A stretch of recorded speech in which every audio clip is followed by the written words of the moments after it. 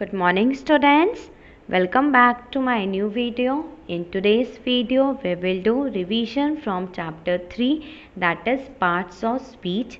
So all of you please get ready with your grammar book and open page number 14, chapter 3, parts of speech. So there are total 8 part of speech in English grammar. English grammar में आपके total 8 part of speech हैं. They are noun, pronoun, adverb, conjunction, adjective, verb, preposition and interjection. So part of speech, it explains you how a word is used in a sentence. Parts of speech आपकी help करते हैं ये बताने में कि जो words use हो रहे हैं सेंटेंस वो कैसे यूज़ होंगे. So the first part of speech is noun. Noun, you all know noun are the naming words. It can be a name of a person, animal, place or thing.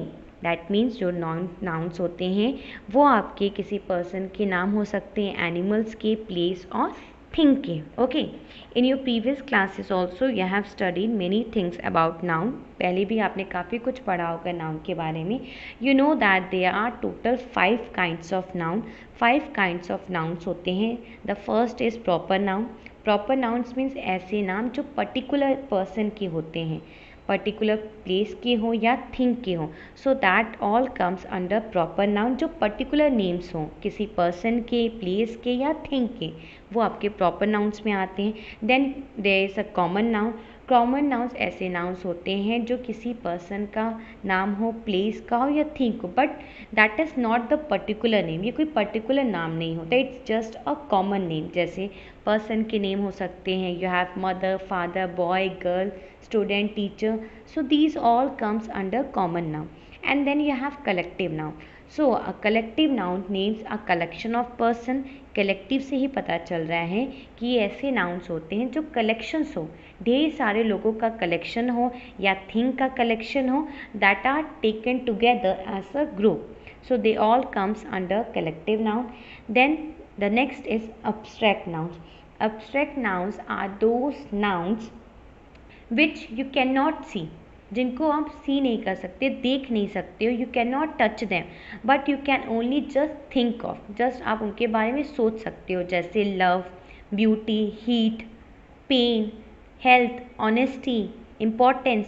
सो ये सारी चीज़ें आपके abstract nouns में आते हैं. Now the next point is material noun. A material nouns, its names the matter or substance of which the things are made up of. That means material nouns में ऐसे words आते हैं जिनसे आप कोई और चीज़ें भी बना सकते हो. फॉर एग्जाम्पल अगर मैं बोलूँ सिल्वर, सो सिल्वर के आप यूटेंसिल्स भी बना सकते हैं, आप बर्तने भी बना सकते हैं. आप उनसे जो आपके ऑर्नामेंट्स होते हैं, नेकलेसेस होते हैं, बैंगल्स होते हैं, आप वो भी बना सकते हैं. प्लास्टिक से आप काफ़ी चीज़ें बना सकते हैं. So that all comes under material noun. Material noun में ऐसे वर्ड्स आते हैं जिनसे आप और चीज़ें भी बना सकते हो. Okay. Now coming to the next point, adjective. Now what is this adjective? An adjective is a word that is used to add something to the meaning of a noun. That means adjective ऐसे words होते हैं जो qualify करते हैं, qualify nouns and pronouns. That means जो sentence में nouns आपके use हो रहे हैं या फिर प्रोनाउंस यूज़ हो रहे हैं उनको और क्वालिफाई करते. क्वालिफाई का मतलब है उनके बारे में बताते हैं कि जो नाउन है वो प्रोनाउन है वो कैसा है, किस तरह का है, व्हाट काइंड ऑफ, किस तरह का है, कैसा है, उसका कलर कैसा है, उसका अपीयरेंस कैसा है, क्वांटिटी कितनी है. Okay. So it basically qualify a noun and pronoun. So adjective is a word that is used to add something to the meaning of a noun. Okay, so ये noun and pronoun के साथ use होते हैं, उनकी meaning को और describe करते हैं. So it tells what kind of, ये बताते हैं किस तरह का noun है, how many, how much, what color, person, animal, place or things are. The young man was carrying a red box. सो हम किसके बारे में बात करें, यंग मैन के बारे में. सो मैन क्या है, आपका नाउन है. ओके. मैन आपका कॉमन नाउन है. मैन के पहले क्या लगा है, यंग, यंग लिखा हुआ है. सो जो मैन है वो कैसा है, यंग है. सो यंग आपका क्या हुआ, एडजेक्टिव हुआ. ओके. इसमें आपने देखा कि जो नाउन है, नाउन के पहले एडजेक्टिव आया है एंड एडजेक्टिव नाउन को क्वालिफाई कर रहा है. बता रहा है कि नाउन कैसा है। So young is an adjective. Was carrying a red box, कैसा बॉक्स कैरी कर रहा है, red, so red is an adjective. Now the next point is pronoun. What is pronoun? A pronoun is a word used in a place of a noun. That means pronoun ऐसे words होते हैं जो हम noun की जगह use करते हैं. Okay? A pronoun is a word that is used in a place of noun. Pronoun ऐसे वर्ड्स होते हैं जो नाउन के प्लेस पे यूज़ होते हैं। And what is the purpose of using it, इसे हम क्यों ऐसा यूज़ करते हैं, क्यों हम प्रोनाउन यूज़ करते हैं? The reason is that we have to avoid repetition, हमें रिपीटिशन को अवॉइड करना है, and to make our speech, जो हम बोलते हैं उसे और नेचुरल बनाने के लिए वी डू दैट। ओके, इसलिए हम ऐसा करते हैं। सो यही रीज़न है प्रोनाउन को यूज़ करने का सेंटेंस में, so that we avoid repetition, जो रिपीटिशन हो रहे हैं वर्ड्स के वो हम अवॉइड करें, एंड जो सेंटेंसेस हम जब उनको बोलेंगे देन वो प्रॉपर साउंड करें। For example, see the example then it will be clear. Priya is absent because she is ill. So noun is Priya, हम प्रिया के बारे में बात करें, सो प्रिया आपका प्रॉपर नाउन है। Priya is absent because she is ill, that means she क्या है, आपका प्रोनाउन है।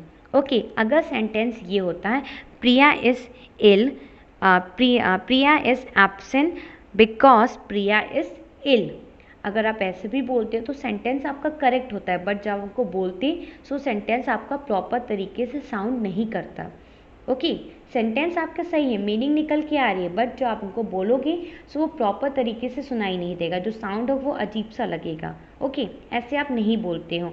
सो हम प्रोनाउंस यूज़ करते हैं नाउन की जगह। ओके, प्रिया की जगह हमने शी यूज़ किया, सो दैट जो आपका स्पीच है बोलने का वो बहुत अच्छा साउंड करे, एंड जो रिपीटिशन हो रहे हैं वर्ड के वो ना हो।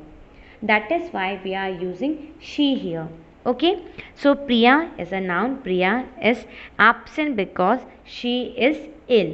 So she आपका pronoun है। Okay, आपका personal pronoun में consider होता है। Now the next point is a verb is a word used to express an action or state. It tells what a person or things does, is or has. That means you know what is verb? Verbs are the doing words. Okay, जो verbs होते हैं वो doing words होते हैं। doing words का मतलब है they tell about the action. Action के बारे में बताते हैं कि सेंटेंस में कौन सा एक्शन हो रहा है या फिर कैसी सिचुएशन है, स्टेट के बारे में बताते हैं। Example, our team won the series, so the action is won. Our team won the series, जो आवर टीम है, आवर टीम के बारे में बात हो रही कि टीम हमारी सीरीज को जीत ली।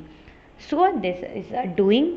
Now she is a bright girl, so आप ये सिचुएशन के बारे में बात कर रहे हो, स्टेट के बारे में बात कर रहे हो। सो इज़ आपका हेल्पिंग वर्ब है यहाँ पे। Dev has a good memory, Dev has a good memory, इसमें आपको पोजीशन के बारे में पता, दैट मीन्स ओनरशिप के बारे में पता चल रही है कि देव की क्या है, देव की जो मेमोरी है वो गुड मेमोरी है। So has is an verb. Okay, you know that कि वर्ब्स आपके हेल्पिंग वर्ब्स भी होते हैं, मेन वर्ब्स भी होते हैं। So here in these sentences won is your verb, second is your helping verb, has is also your helping verb. Okay, now coming to the next point, that is adverb. Now what is this adverb? So adverb is also known as modifying words. Adverb को हम modifying words भी कहते हैं। Now see the heading, what is written in the adverb.